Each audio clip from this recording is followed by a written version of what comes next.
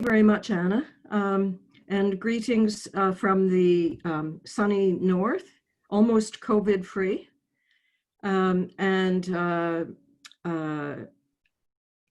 My talk is Transforming Cities Using Green Infrastructure to Mitigate Heat Waves.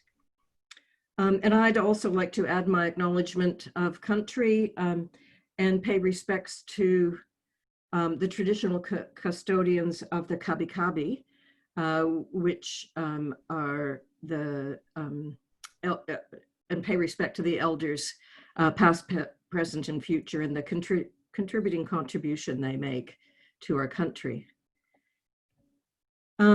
Today, what I'm going to do is talk about the implications of increasing heat, which probably a lot of you know about, and some of the challenges in urban areas in particularly, and among those who are most vulnerable. I'm offering green infrastructure as one solution to this problem. It's not the whole solution.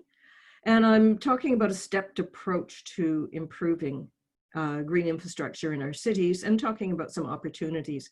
And I'd like to acknowledge colleagues Tony Matthews from Griffith Uni and Jason Byrne from UTAS, who are fellow urban planners and who have been working with me in this area. So there are a couple of the slides here are theirs. And by the time we've given joint slide presentations, none of us can remember who contributed which slides. So, I'll refer you to a couple of articles. One's in the conversation and the other is an academic article about planning for older people in a rapidly warming and aging world. Okay, so, you know, the problem with increasing heat waves is that, you know, as you know, they've increased in frequency, duration, and intensity internationally right across the world over the last 2 decades. And this is expected to continue into the future. A heat wave is defined as 3 or more days of high maximum and minimum temperatures that are unusual for a given location. In Australia, it tends to be above 40 to 41 degrees. It includes a combination of intensity and duration. So it's both elements have to be there. Average temperatures in Australia continue to increase in all seasons. The 2018-19 summer was the hottest on record for Australia by a margin of 0.686 degrees. And 2019 was Australia's warmest year on record. With our annual national mean temperature 1.5 degrees above average. So that's getting to the scary point, given that we want to keep temperatures below 2 degrees of increase. In December 2019, there were 11 days in which the national average area maximum was 40 degrees or above. And prior to December 2019, there had only been 11 such days recorded since 1910. So there are many new records. And this map on the right-hand side shows some of the locations that had the hottest day. By 2050, it's expected that heat waves on the Gold Coast to Sunshine Coast could last for 10% of the year. And well, in tropical Queensland, they could last for more than 50 days a year. So if you've never spent a tropical summer, you could imagine that this could be a bit overwhelming. So there's also an increasing problem for cities, and that's what we call the urban heat island effect. Our urban areas are densifying and expanding, increasing the urban heat island effect, where there are more hard surfaces and less green cover, absorbing the heat during the day.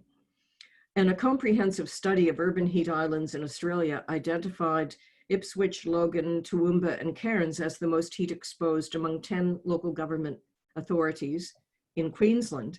And of course, there were many more actually in Southern Australia, including Botany Bay and Bankstown in New South Wales, and a number in Victoria.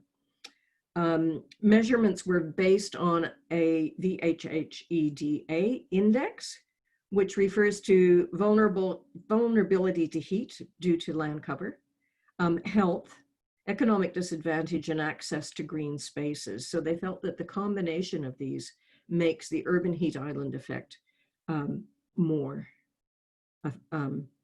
have more of an impact. So what a lot of people might not know is that heat waves are actually a silent killer. In Australia, up to 2011, more deaths were caused from extreme heat from other natural disasters. It especially affects those who are vulnerable.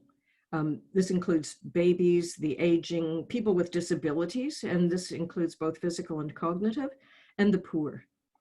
The poor, because they can't adjust their environmental, their environment to cope with it as easily as people who have greater wealth. It also affects those with pre-existing medical conditions, for example, kidney and cardiovascular diseases, and those who are sensitive to dehydration. Of note, by 2050, it's expected that at least 25% of the population will be over 70 years of age. So coupled with, so while I'm focusing a bit on the human impacts, heat waves also have other impacts, and particularly coupled with decreased rainfall, this results in increased bushfire risk, it intensifies droughts. It's impacted the Great Barrier Reef and marine life on the WA coast, for example, and also affects electricity, water, and transport infrastructure. Many of you would have seen images of warped rail lines in WA in the past, but I will be focusing on the more direct human impacts. So I just want to point out the effect of heat waves on the elderly. The highest mortality in dense built-up areas is due to impervious surfaces and lack of vegetation, solar exposure, and reflectivity.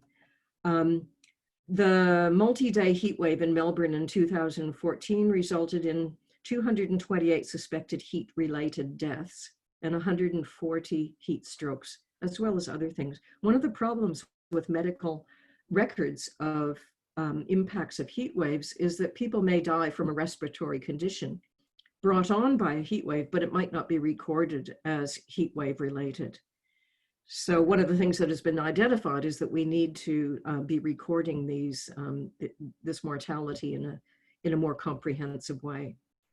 The highest mortality during heat waves in Melbourne in 2009 were those people who were aged 75 and over. And it's interesting that Hanmer et al. Actually found that the fire fatality in Victoria, that in that fire fatality in Victoria, 2 times as many older people died. And back in 2003, there was a huge heat wave in Europe. In Italy, 92% of the mortality occurred among people 75 and over. So it's interesting and sort of reminds us of what's happening with COVID, doesn't it? So what is the problem in a nutshell?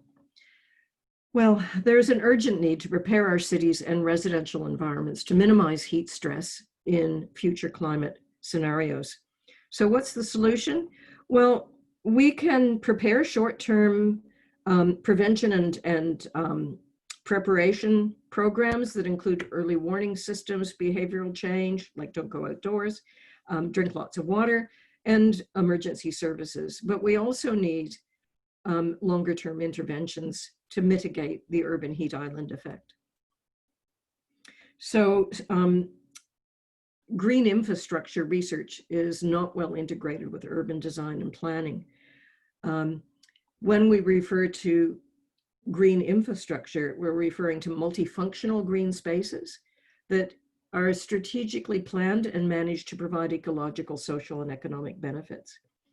Green infrastructure interventions occur in public places, like they can be street trees, permeable and vegetated surfaces, green alleys and streets, urban forests, public parks, community gardens, golf courses. Even parking lots can be changed to provide green infrastructure, urban wetlands, and constructed wetlands. And WSUD, for those people who aren't familiar, means water-sensitive urban design, which incorporates reuse of stormwater into planning. It can also be in buildings and private spaces. So it can include green walls or green roofs, of private buildings, such as offices and warehouses, and public buildings, such as hospitals and schools. It includes things that should be fairly simple and obvious in our climate, like wide overhangs on buildings, trees, and permeable and vegetated surfaces. Oh, I'll just mention that the image on the right was taken by a senior participant in a study a few years ago, who identified the kind of open space she liked was one where she could sit in the shade and walk on an even path. So this just illustrates some different types of green infrastructure, wetlands, street trees, swales, permeable pavements, parks, green walls, greenways, and green roofs. So hard surfaces can comprise up to 67% of our urban land areas. Green areas in cities are often as low as 16%. And each 1 degree rise in temperature drives electricity demand by 2 to 4%. Now that probably changes depending on where you're located. Mortality also increases up to 3% with every 1 degree increase in temperature. And by increasing tree cover by up to 5 to 10%, it can reduce daily temperatures as much as 2 to 5 degrees centigrade. And again, there's some difference in different research says different things. So obviously we need more research to try to pin that down. Green walls and roofs may cool some urban areas by up to 8%. And green infrastructure used on or over roads can decrease over 20 degrees centigrade. And there's a term called thermal inequity that I'd like to introduce. People who live in greener, leafier suburbs tend to be wealthier, and greener neighborhoods are usually healthier and happier places to live. The opposite often occurs in poorer suburbs, with residents suffering more heat stress. This is as a consequence of fewer street trees, less green space, and denser urban design. Therefore, the costs of staying cool fall more disproportionately and on less well-off residents, hence the term thermal inequity. And this image, which is just of a location in Caloundra on the Sunshine Coast, which is a pretty typical image in some of our neighborhoods that were developed in the 50s or 60s. Low set houses, big lawns, fear of having trees, at least in the tropics and subtropics, because of fierce storms and cyclones. And no street trees because you've got the electricity lines running above. And so it would just be difficult. And then that's a difficulty in a storm as well. So functions of green infrastructure are environmental, social, and economic. So I'll just go through some of those. It can regulate ambient temperatures, reduce noise, lower wind speeds, sequester carbon, attenuate runoff, and augment biodiversity habitats and intercept pollution. From a social perspective, it can relieve stress. It's quite restorative to have green space around you, reduce morbidity and mortality, restore attention. I think that's wrong. I don't know what that's supposed to mean. Foster active living, health through improving health and recreation, encourage social action, interaction, and moderate incivility. In other words, people get grumpy when they're overheated. And from an economic perspective, it can reduce stormwater costs, reduce cooling costs, decrease healthcare expenses, increase property values, provide food and medicine, and fosters tourism. So there are also some disservices or disbenefits of green infrastructure, things that we have to watch out for. So one is human-wildlife conflict. Around here, we often get possums in our roofs or on our roofs running around at midnight if you have trees overhanging your house. There are weeds and pest species. There's it can lower the groundwater, contribute to wildfire, and reduce wind flow, which might be important in some areas. It might be important to have wind circulation for cooling effects. From a social perspective, it can also create some health impacts through asthma and allergies. It can change a character of an area. There's a fear of crime or animal attacks. And from an economic point of view, it can increase property values. So that's good for some people, but not so good for other people. It can increase heating expenses. If this is a concern of yours, it's not mine where I live, but it might be yours. It can cause infrastructure damage if you don't plant the right species. It can increase maintenance costs, insurance costs, and reduce light. And again, some more examples of green infrastructure. So what we're proposing is a stepped approach to transforming urban heat island effects. From trying to be efficient and prioritize the most important areas, the most important neighborhoods, streets within those neighborhoods, and even at the property scale, looking for heat and solar exposure and the vulnerability through thermal mapping, ABS statistics, and community profiles. So we, for example, did a pilot study in Caloundra, which identified an area that had high thermal exposure, and that photograph I showed earlier was an example of that. But also it had a high proportion of people over 70. And the area was located between the RSL and a plaza, about a 4-block area, where people could easily normally walk along the street to access either of those. But in the summer, it gets incredibly hot and there are almost no trees. You know, on one street of 4 blocks, there were 2 small trees, street trees. And the sidewalk was on the side of the road where the trees were not located. So you need to, you know, use thermal mapping. A lot of cities now are doing thermal mapping, and there has been an exercise right across Australia to identify some of the key areas to concentrate on.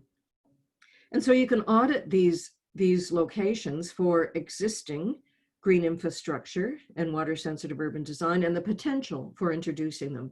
So you'll be looking at water sources, building heights, geometry and orientation. You can use visual field survey and remote sensing imagery, and supplemented by heat sensors to provide an accurate baseline or more refined detail depending on what you want. Then one of the things that we think is important, because heat waves affect older people and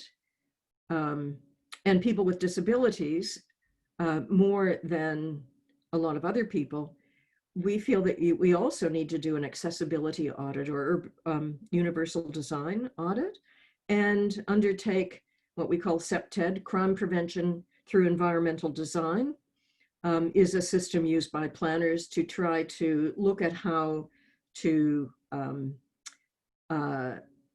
not implicate, say, vegetation in increasing crime. In other words, how do you design an area so that people have a good visual sight line? There's an overlook, so people, or even encouraging activation of spaces so that they're busy. And then look at the potential for tree canopies for shading and evapotranspiration cooling. A mix of trees to minimize heat trapping. So you might want some tall trees and some medium-sized trees intermingled. Thinking about green open space, green facades along walkways, and green roofs, which admittedly are more complex and more expensive. But also thinking about how to use water-sensitive urban design or stormwater harvesting and rainwater tanks, because vegetation needs to be watered, and water also can provide cooling to an area. And of course, community engagement throughout to maximize the uptake. So I just want to refer to 3 Queensland-based studies that we've been involved with. So one is located on the Gold Coast, Upper Coomera, in a subdivision where the researchers asked community participants, residents, how they felt about introduction of green infrastructure. And people identified, shade, wildlife, air quality improvement, the scenery, energy savings, increased park use, cleaner air, and a friendlier neighborhood as benefits. The friendlier neighborhood was interesting because that's really talking about social interaction that is enabled through having shade for the most part. But there were also some concerns, and that included maintenance cost, possible footpath damage, attracting pests, increased fire risk, increased storm damage, and allergies. The second study involves a study that Matthews Byrne and I did with aged care providers, and asked what they thought the benefits would be from green infrastructure in aged care facility complexes. And they felt there would be a really important factor would be cost savings from natural cooling instead of relying on air conditioning. Health and well-being benefits from interaction with nature and various activities, cultural and social connections, attractiveness for marketing purposes or product differentiation. And some of the concerns that they had were things like species selection. They said, this isn't an area of our expertise. We would really need to rely on somebody to advise us on the suitability of the kinds of things that we should plant or introduce. We have to be concerned about trip hazards, accessibility, cost benefit. Many aged care facilities are running on a very tight budget. Maintenance, and one of the problems is retrofitting, because a lot of our aged care facilities were built in the 60s and 70s and are at a point where they need to be retrofitted, but they're probably not at a point where they need to be pulled down. Some of them are. And then I'm referring to another study that I did, which worked with seniors living in neighborhoods in Brisbane and the Sunshine Coast. And even though this wasn't the purpose of the study, there were a number of things that arose that are relevant to this discussion. These were older people older than 65 and up to 92, I think was the oldest person in our study. And we had 32 people from Brisbane and 32 from Sunshine Coast in participatory workshops and to develop new designs that would work for them. The kinds of things that they thought would be benefits were cost-effective natural sustainability features. They liked things like being able to hang clothes on the line, not using air conditioning, that from both a cost point of view and a sustainability point of view. They said accessibility and walkability in shady public places was important. Outdoor amenity and fostering interaction was important. And concerns, maintenance, safety, and security.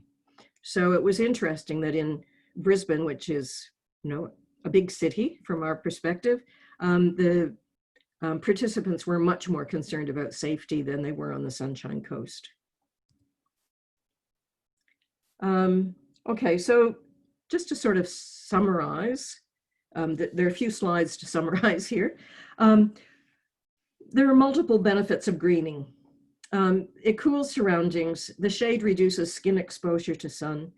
It's a cost-effective means of heat reduction. Less energy is required to cool buildings. Improves the aesthetics, improves quality of life, health, and well-being, because it provides stress relief and improves mental health. These are all proven things that studies have been done about. It enables maintaining social connections, increases physical activity level, by promoting walking for leisure, and that translates into medical cost savings. And it benefits both locals and tourists. But there are also some challenges. Increasing heat is inevitable with climate change effects locked in for the near future. We also need to be cautious that adaptation approaches do not compound urban heat island effect. And I'll point in particular to air conditioners. As the climate gets hotter, we're going to introduce more air conditioners and use them more often. Not only do air conditioners increase our carbon footprint, but air conditioners produce heat when they function, and that's just adding to the urban heat island effect.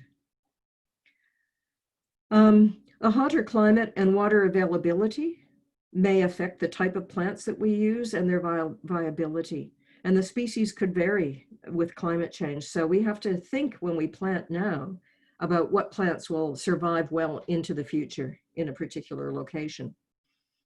And of course, increasing severe storm and bushfire events make people wary about planting trees near homes. There's a trend in urban development to have high site coverage, which reduces space for private vegetation cover. As a result, in denser new subdivisions, there's an increasing reliance on public space to mediate the effects. And this puts the burden on councils to provide that greening. There's some opportunities. We've got improved thermal mapping, and I think it should be mandatory in cities and towns to identify areas to target with green infrastructure. We need to consider vulnerable institutions and people with priority to health facilities, aged care, and education. We need to strategically use green space for cooling effects, reduce impermeable surfaces in tandem with better water management. And while water-sensitive urban design is often incorporated in new developments, we also need to review how we can introduce it to existing communities. And we need to consider the use of green walls and green roofs. We need location and climate appropriate advice about the vegetation to use. And I would just note that some of the, some other countries have introduced local laws, like in Toronto and Paris, Toronto, Canada, and Paris, France, require green roofs on large new buildings like warehouses to have either solar panels or green roofs. It would also be pretty clever if we could coordinate street tree planting with the placement of other services, including electricity. And while we do that better now in new subdivisions, we need to revisit existing developments and think about how we can do that better.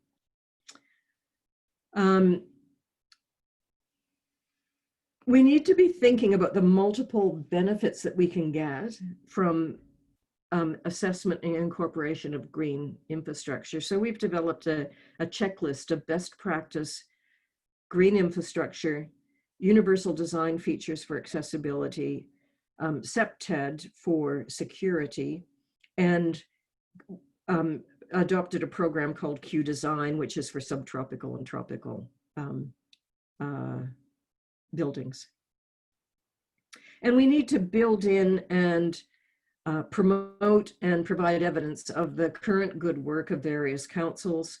I'm sure in Southern Australia, there are many good examples. I just know about Sunshine Coast Council's Street Tree Master Plan. They have verge guidelines. Cairns City Council has been doing heat monitoring of the center of the city for a couple of years now.